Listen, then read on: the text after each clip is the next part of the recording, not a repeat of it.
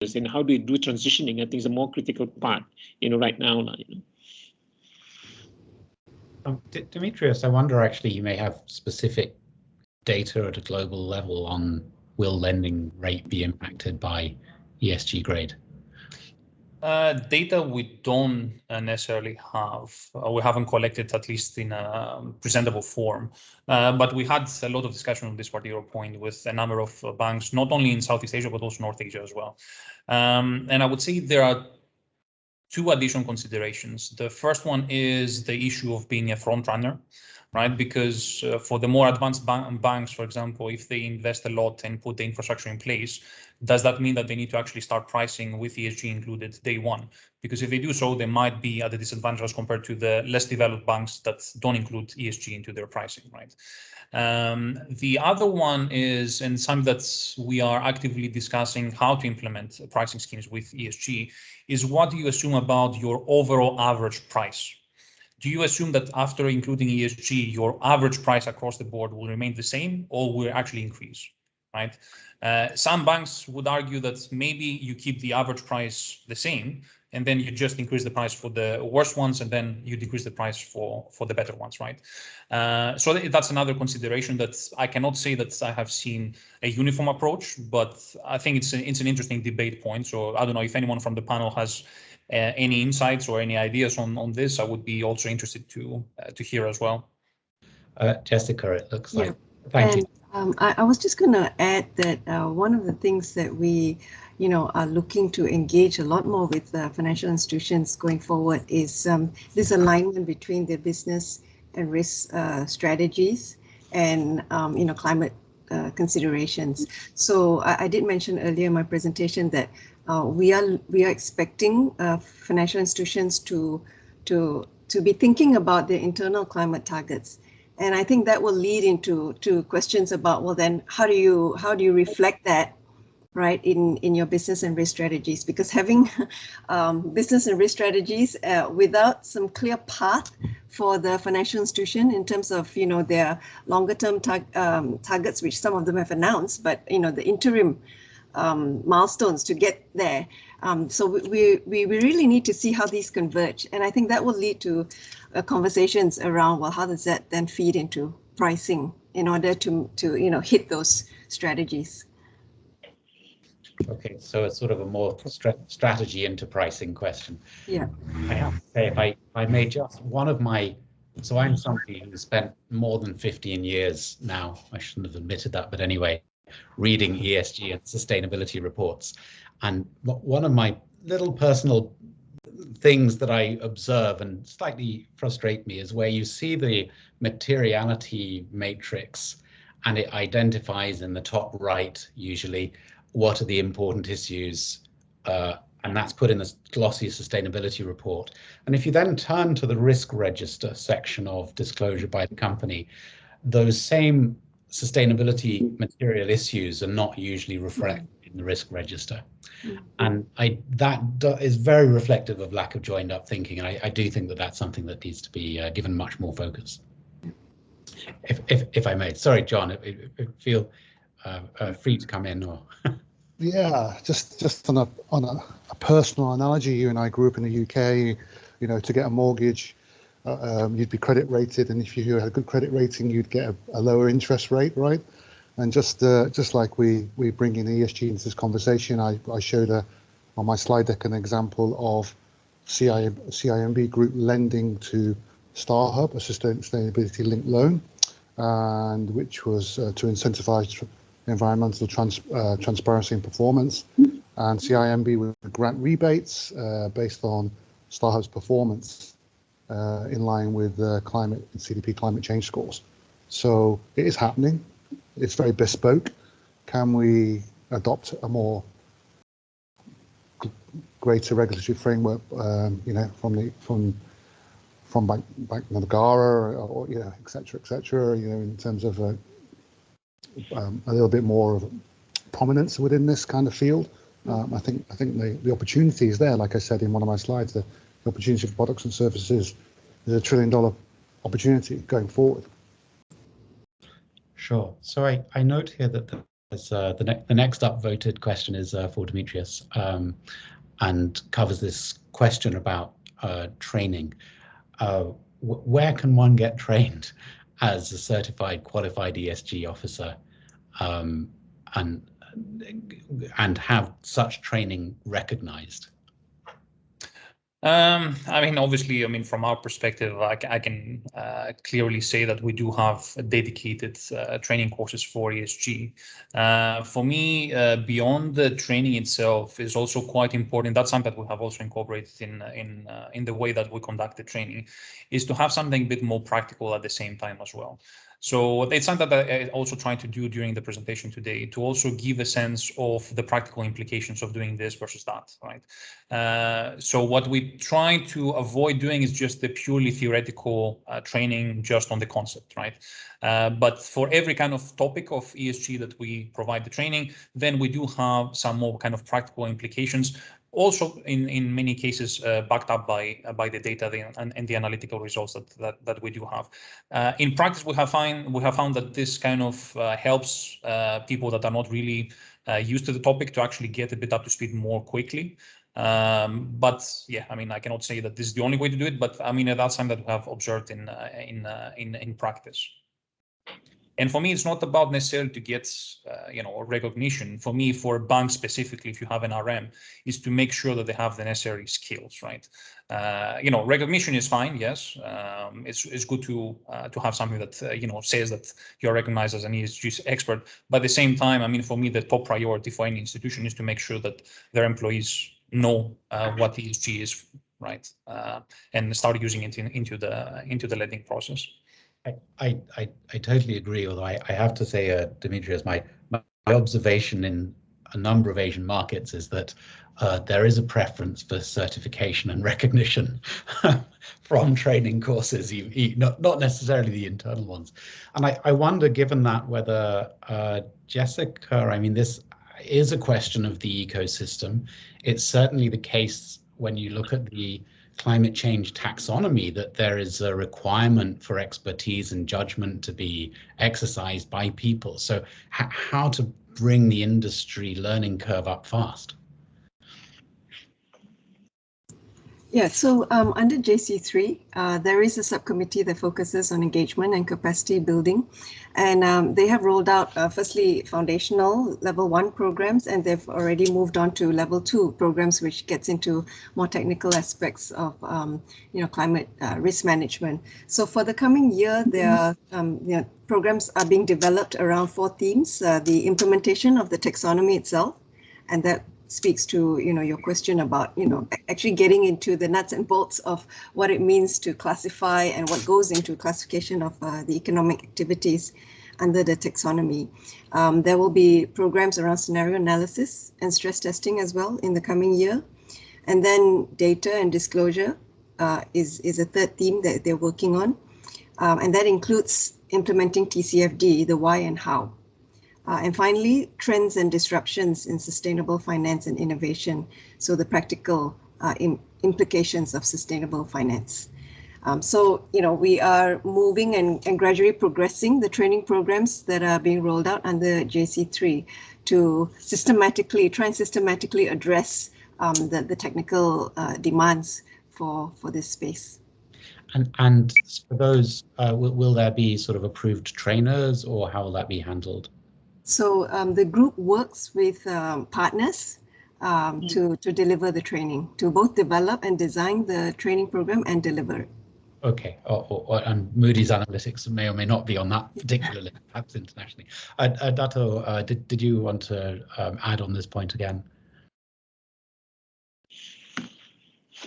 This is sort of training, is it, Ben? Yeah, I mean, clearly, as you know, I mean, CCPT is new. It's just been about less than 6 months when the final, guidelines came out. Clearly, classification, as our DG mentioned, is something that we're training our staff on. But going further, like scenario analysis and looking impact, on businesses, that's something that we have to have a lot of clarity. And I think one of the biggest clarities really, again, goes back to measurement and consistency across industries. Otherwise, you have, different people having different interpretation.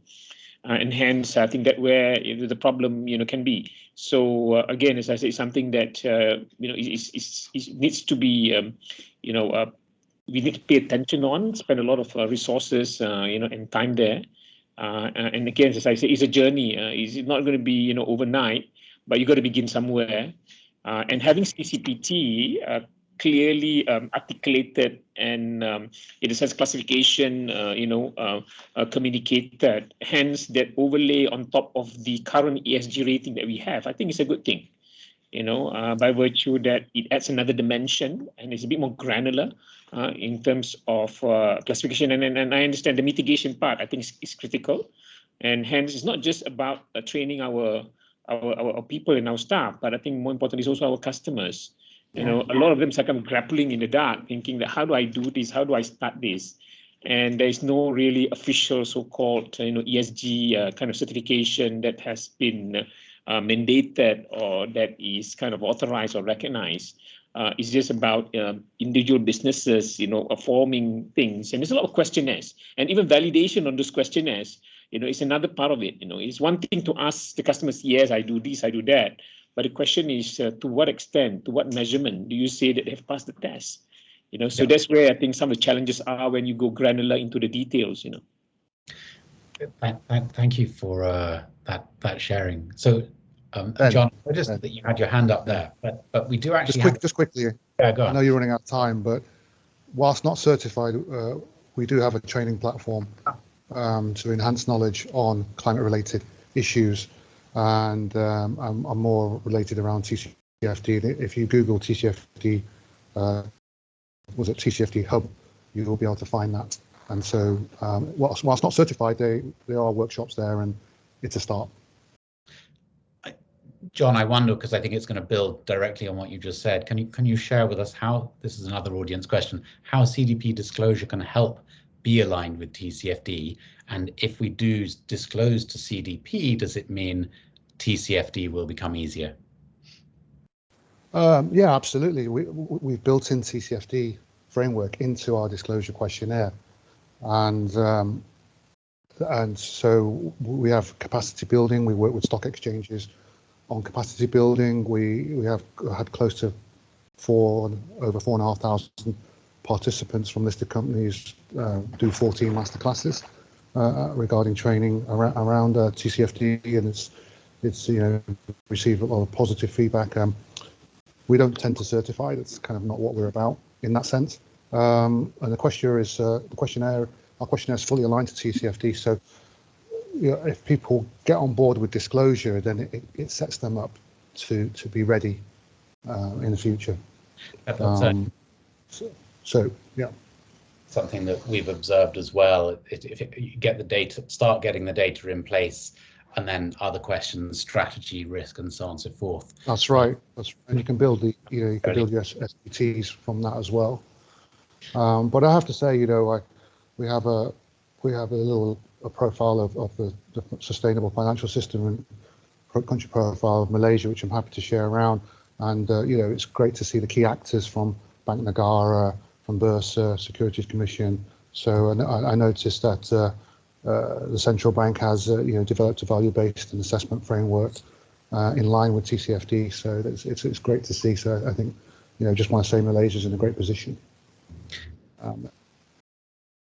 So unfortunately, we've come to the end of time, and I just wanted to offer to each of the panelists a closing thought or closing remark or call to action that you would like to share. I guess we should give the last word to Dato. So perhaps we'll go in the order of the event. Jessica, would you like to go first? Well, I think the call to action is apparent, obvious, urgent.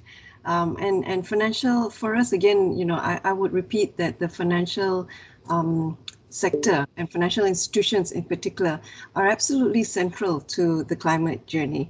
I mean, they are really at the point of intersection between, the resource requirements that are needed to achieve this transition, and the businesses, the the needs of the real economy to make that transition happen. And I think, whether it is by the support, the advisory support services that they provide to their customers, whether it's through their own disclosures and, the moves that they start making towards greening their portfolios, I think all of those levers play a critical role in moving the country forward towards its green ambitions. So that would be, I'd leave it there. And just to say that, on our part, the regulators are absolutely looking to, make sure that we are creating an environment that facilitates and supports that while managing the risks. Thank you. Thank you. John, any last closing thought? Yeah, just quickly, disclose and measure, then you can manage your transition to net zero. It's so important, and I think it's a fantastic. If you don't, then regulation will come and you will be at a loss, and you may not be in existence as a viable company. So that is the future, which we're all collaboratively driving for, the same outcome and same future. And so it starts with disclosure and measuring your data. Thank you. Thanks, John. Dimitrious? Yeah, similar comments in nature. I would probably add start early. And even though we know that there are difficulties, right, the quality of data when it comes to ESG and climate risk is not where it needs to be. For me, that's not an excuse not to do anything. It's an excuse to start doing something right away and then improve over time. Right, and that's why I mentioned in my presentation as well that, we do provide also benchmarks. We do provide proxy data for SME and mid-corporate markets where the data is not there, right? So that banks can actually start doing something upfront. For me, it's not about aiming for the moon day one, but at least start building the capability to actually get there by 2024 or 2025 or 2026, whatever your ultimate objective is as a bank, right? We heard that there is a clear kind of regulatory mandate. It's coming, so it's not something that we can really ignore, right? But because I saw in the past when I was in Europe as well, even when regulation was announced, quite a few market participants were just taking it a bit more relaxed as compared to others, right?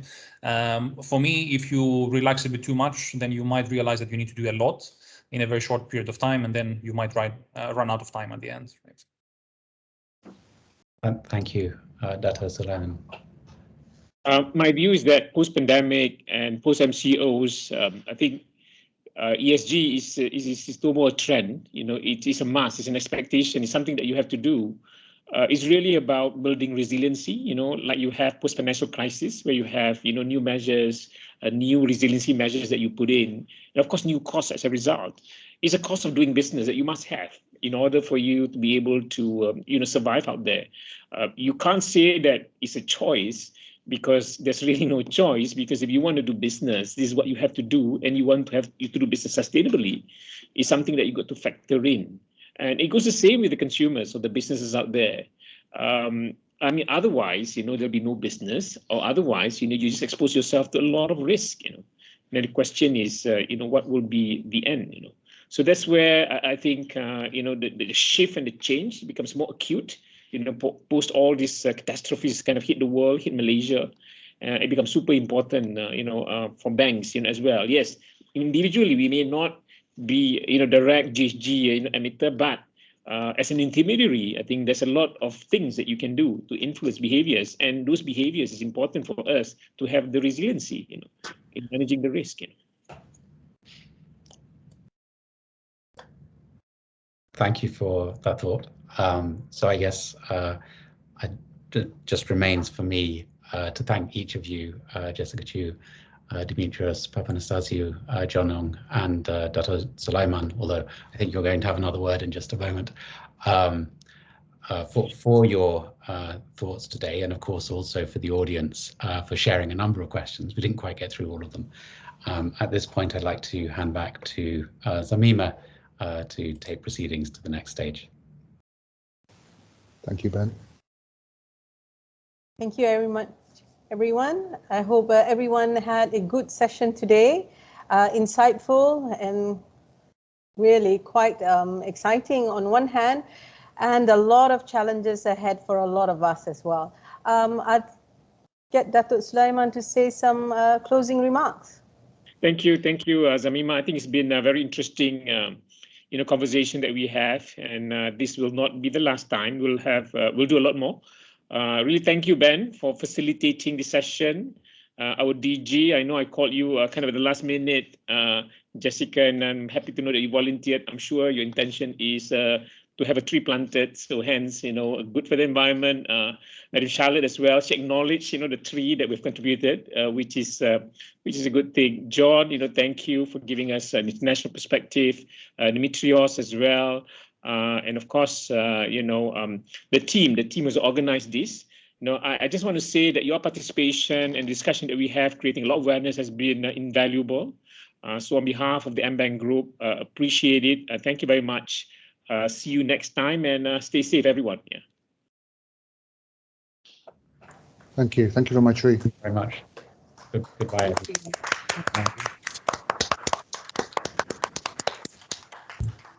Thank you, and good evening. Stay safe.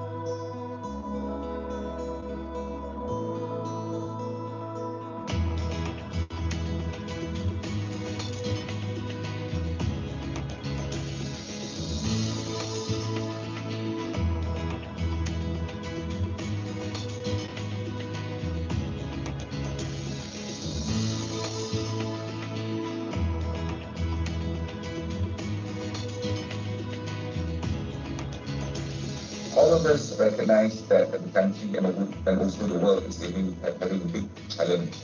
Last 2 years, we had the COVID-19 pandemic, and at the end of last year, unfortunately, the country or major parts of the country was hit by floods. So these, to us, are actually calls for us to embrace sustainability in a serious fashion. These are painful reminders that we don't take care of the environment, then the environment will not take care of us.